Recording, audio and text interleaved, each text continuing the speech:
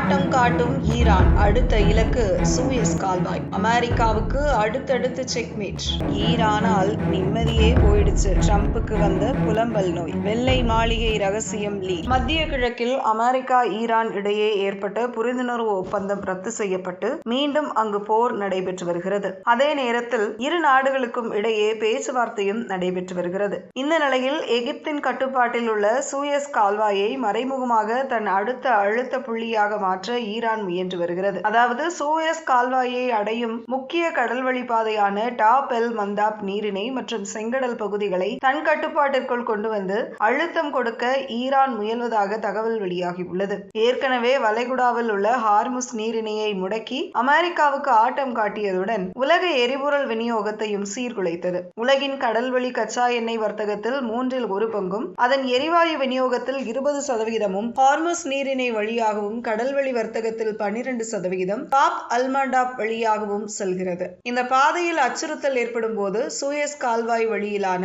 ஒட்டுமொத்த போக்குவரத்தும் பாதிக்கப்படுகிறது. அதாவது ஈரான் தனது எல்லைகளிலிருந்து 2000 கிலோமீட்டர் தொலைவில் உள்ள அந்த கால்வாயின் மீது தாக்குதல்களை தீவிரப்படுத்தும் திறன் உள்ளது என்கின்றனர் வல்லுநர்கள்.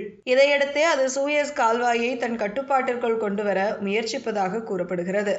ஈரானுடனான போர் 6வது மாதமாக நீடித்து வரும் நிலையில் அமெரிக்க அதிபர் ட்ரம்ப் பெரும் விரக்தியடைந்துள்ளதாக தகவல் வெளியாகியுள்ளது. போரை எவ்வாறு முடிவுக்கு கொண்டு வருவது என்பது குறித்து ட்ரம்பின் மூத்த ஆலோசகர்களிடையே கருத்து வேறுபாடு ஏற்பட்டுள்ளதாக NBC நியூஸ் தெரிவித்துள்ளது. ஈரான் விரைவில் பேச்சுவார்த்தையில் கலந்து கொள்ளும் என்று ட்ரம்ப் எதிர்பார்த்ததாக கூறப்படுகிறது. ஆனால் ஈரான் தொடர்ந்து ராணுவ நடவடிக்கைகளை மேற்கொண்டு வருவதால் மோதல் நீடித்துள்ளது. அடுத்த கட்ட நடவடிக்கை என்னவாக இருக்க வேண்டும் என்பதிலும் அமெரிக்க நிர்வாக தெளிவான ஒருமித்த கருத்து இல்லை என கூறப்படுகிறது. ட்ரம்பின் நெருங்கிய வட்டாரத்தைச் சேர்ந்த ஒருவர் NBC நியூஸுக்கு அளித்த தகவலில் ஈரானுடனான போர் இவ்வளவு காலம் நீடிக்கும் என்று ட்ரம்ப் எதிர்பார்க்கவில்லை என தெரிவித்துள்ளார். மேலும் ஈரானியர்களை ஓர் ஒப்பந்தத்திற்கு சம்மதிக்க வைப்பது இவ்வளவு கடினமாக இருக்கும் என்று அவர் நினைக்கவில்லை. இது நீண்டகால போராக இருக்கும் என அவர் கருதவில்லை எனவும் தகவல் வெளியாகியுள்ளது. மேலும் போருக்கு தெளிவான இறுதி இலக்கு அல்லது அதை அடைவதற்கான நீண்டகால உத்தி இல்லாததே